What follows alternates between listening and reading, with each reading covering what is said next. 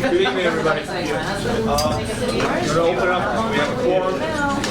Open up with calendar item number 1 is noting the minutes of the meeting of the Board of Education Retirement System held on February 24th. This is consideration and action. May I have a motion to put it on the table, please? So moved. Second? Second.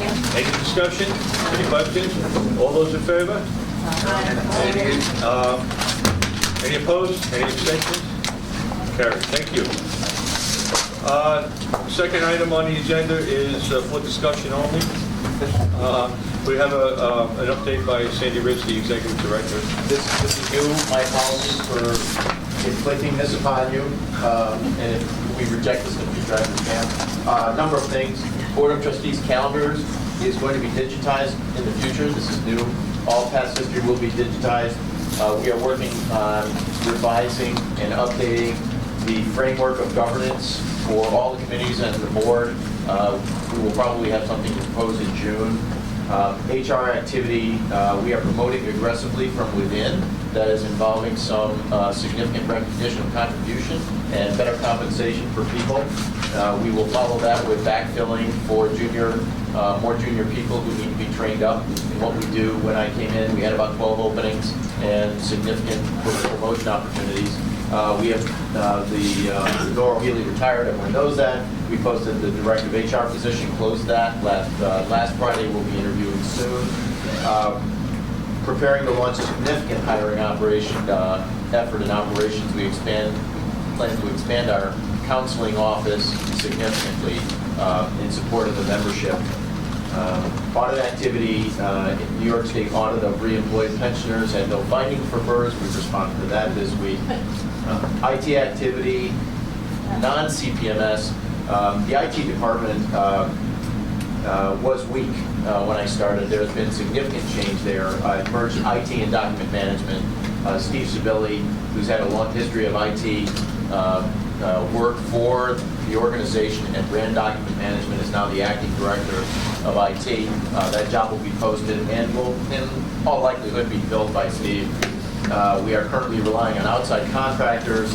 Our internal capability in IT, if I said it once, it deserves to be said again, was very weak. CPMS, we are hoping to get a CPMS update to you today. Gary's here to do it. If we don't have the time, we can shelve it because there is no bad news in that update. But let me suggest that there has been intensive data cleansing. It is near completion. User acceptance testing begins very soon. We're preparing. The go-live date is still May 2017, as the calendar indicated last time we presented to you. One of the things I'd like to highlight for you, though, is as we begin to evaluate this project, there are CPMS capabilities that we have developed that are already benefiting us. So people should be aware that union contracts very often, when they are renegotiated, readjust salary, compensation, and pension benefits from already retired individuals. We have thousands of recalculation backlogs related to that process. CPMS, through the data cleansing, which is approximately done, and through the capacity to process machine rather than individual calculator, will allow us to begin making those calculations in the next few months. The first lump sums and pension readjustments will probably begin in June, we expect, and by the end of the year, a vast majority of those will be done. That would have taken us years to accomplish by hand. It's a significant item. CPMS is already providing value to us. It's going to save us on an operating cost because we will not have to hire temps and additional staff to do this for us. And it will speed the benefits of lump sums and payments to our members and keep everyone happy on that score. Is everyone comfortable with waiting until June for like the extensive update on CPS? I'm okay. Yeah. I would love some documentation before that, if possible, just some sort of like one pager. We'll provide a written update. Yep, that would be great. We'll do that. We'll do that. Sam, do you know what the backlog is at this point? It's over 5,000 cases.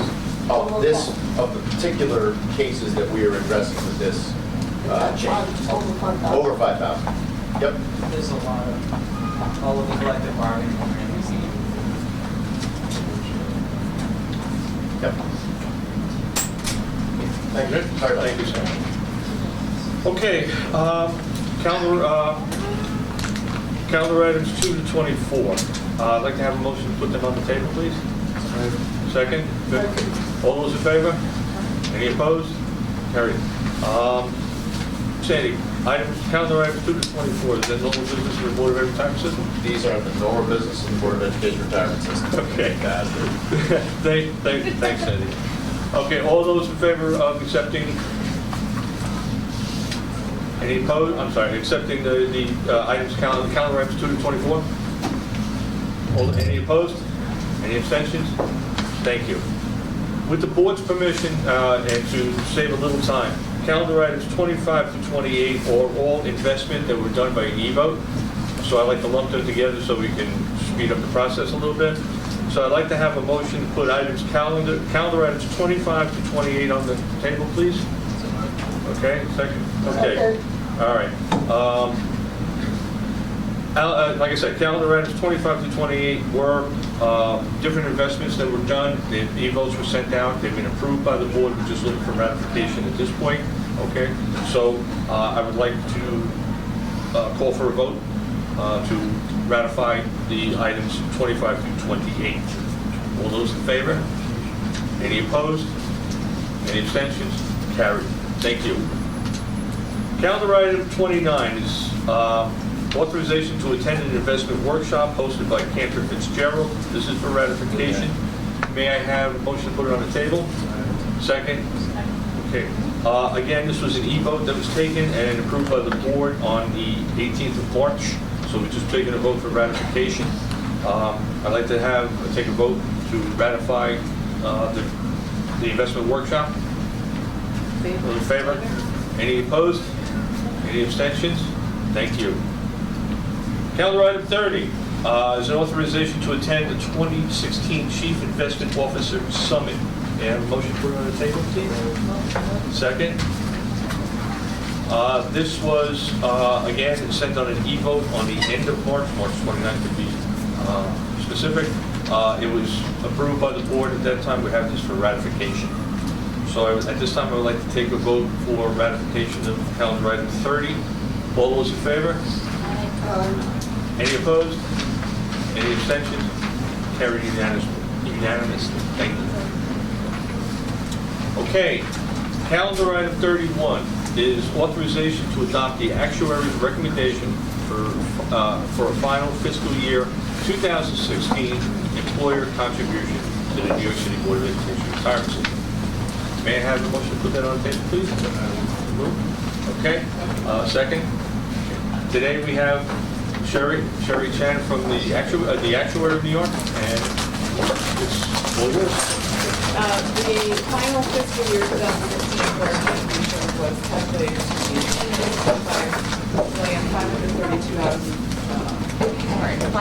$265,532,032. This was an approximate increase of $10 million from the updated preliminary 2016 appropriations, and that was due to a data refinement of methodology of calculating TDA assets that are due from the qualified pension plan. So I'll be happy to answer any questions that we may have. Are there any questions or discussions on the actuary's recommendation for final payment? Does it get updated one more time, Sherry? No, that's the final. That's the final one, yeah. Final for Okay. fiscal year 2016, and we do have a deadline to adopt it relatively soon. We can send the letters up to the omnibus for them to pay their portion before June 30th. Any other discussion or questions? All those in favor of accepting the recommendation? Any opposed? Any abstentions? Carried unanimously. Thank you. Calendar item 32 is the actuary's fiscal note reports for discussion only. I think so. Sorry. Would you like to present the results there? I would just have the comments. Okay. Yeah. Okay. May I have a motion to put the actuary's fiscal note report on the table, please? So moved. Second. Okay. Thank you. Again, it's the actuary's fiscal note report. Sherry is going to speak on that. So for the calendar year 2016 year to date to April 14, 2016, you talk this over the ladder? Yes, yes.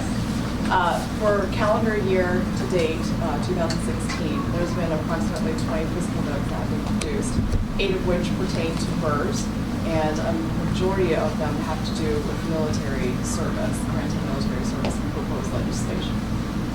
Each of the fiscal notes, each of the 8 that pertain to BERS was attached to the board memo. If you have any questions, I can help you answer any specific questions.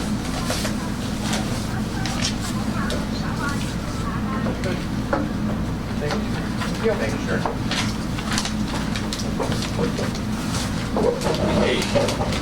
Calendar item number 33, authorization to control. That's it. That's it? We're done. We're done? Yeah, we've already exited. Oh, that was already, so this is Done? Yeah, we're done. With this time, if you'd like to have a CPMS update? If we have a finance update. Gary? Would you like to provide a brief update? You do have time.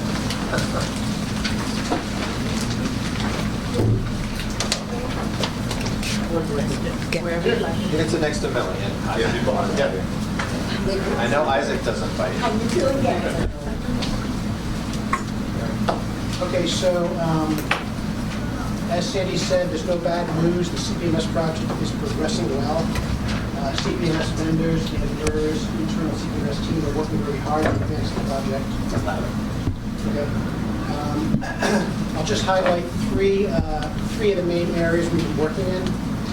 Actually, I'll start by reminding the board that a portion of CPMS is already live. It went live in August of 2014. It has been successfully used by BERS staff since then. We're working with rollout 2 now, which is the bulk of the remainder of the system. 3 main areas we've been working with. One is design. Detailed design is complete for CPMS. This is where we analyze and documented all of BERS rules, plans, complex calculation formulas, and so forth. Documents and all that, and ended up being almost 400 design specifications. And the sum of those design specifications constitute the design of CPMS for BERS. Vitek has coded and configured that design into a working instance of the system that's ready for testing. So there's been great progress on design. Another area there's been a tremendous amount of work done in is data cleansing and data conversion. BERS data had significant problems owing to the fact that a lot of it was in BERS' antiquated 40-year-old mainframe credential system. It took a tremendous amount of effort to get the data out of the credential system and transform it into a format where we could use it and manipulate it. There were 21 other data sources as well. The fact that BERS credential system was so antiquated and there were so many other data sources made it a very complex task to undertake data conversion. Plus the data there were significant missing data, incorrect data, unreconciled data. So a big part of our effort the past few years has been data cleansing. And there's been tremendous accomplishments. Member account balances are reconciled to over 99% now. They were previously unreconciled. We've converted over 25 years of member data, member history, and payroll history. And over 214 million records have been data converted. Could you repeat that number again? 214 million data records. And by records, I mean spanning all BERS membership. It could be an employment record, demographic record, pension transaction, many of these have been cleansed and already converted into the system. And as Sandy mentioned, CPMS data conversion has also been instrumental in the recalculation project that they're undertaking now to update, to recalc members' pension benefits. So we're already seeing benefits, BERS already seeing benefits from the data cleansing. The third major area is testing. And testing constitutes much of what is to go between now and go live. First, there will be Vitek end-to-end system testing. That starts in May. That will be followed by BERS user acceptance testing. This is a critical undertaking, an intensive undertaking for BERS users to undertake a very structured test to validate that CPMS design is what it's supposed to be. This this will take place over a 7-month period, beginning in July. It will require many experienced BERS staff to commit some time to helping us test the system. The other point I'd like to make is CPMS experienced some delays previously from BERS not having sufficient resources committed to the project. We've had delays in design, we've had delays in data. For CPMS to stay on track, it's critical that BERS commit the right number of experienced staff to the user acceptance testing phase. And we've been in discussions with Sandy and the senior team to identify the right people. And we have a commitment that there will be sufficient resources dedicated to testing, so testing will not result in any delays. Testing will stay on track. In fact, we're hoping that we can expedite user acceptance testing to even push up goal line. It remains to be seen if that's possible, but we're shooting to expedite user acceptance testing to the extent possible. Go Live is still on track for May 2017. The one other point I'd make is, as project managers, we're always assessing risk to the project. If there's anything on the horizon, anything that comes up that could potentially impact the quality or the timing of the project. The one risk we're monitoring now, kind of a low-level risk, relates to DO-IT, which is the Department of Information Technology and Telecommunications. This is the city agency where BERS will host its CPMS environment. We've had kind of a touch-and-go relationship with DO-IT over the years getting the environment built. In the last couple of weeks, there's been concerns about whether DO-IT can deliver the environment. So we're watching this very closely. If they can't get the environment done in time for us to begin UAT in July, this could impact Go Live. But we're in conversations with DO-IT and putting pressure on them to the extent we can to get them to be responsive. In fact, we had an intensive conference call about that yesterday. So I just raise it as a risk that we're watching. I wouldn't elevate it to a high risk yet, but I'd like to think the board should know that this is something that's kind of at play right now. Other than that, everything is on target and proceeding well. And I look forward to giving you a more thorough updated view. I suspect the board would like that. Yes. Especially with that going out on a limb here. Any questions I can answer right now? No, but I really would like to, if possible, suggest that it is something that would be good for all of us if there would be some sort of written documentation once a quarter, once a month, just so that we can, this is the biggest thing we can do, other than our decisions to invest money.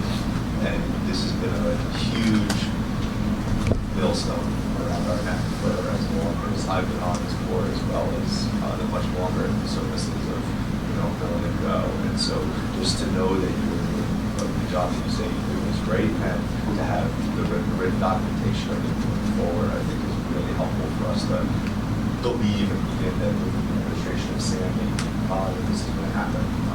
So that I would defer to Sandy. You know what? Whatever the expectation is. I'm a big believer that if it doesn't exist in a document, it doesn't exist. So we will do that. Thanks.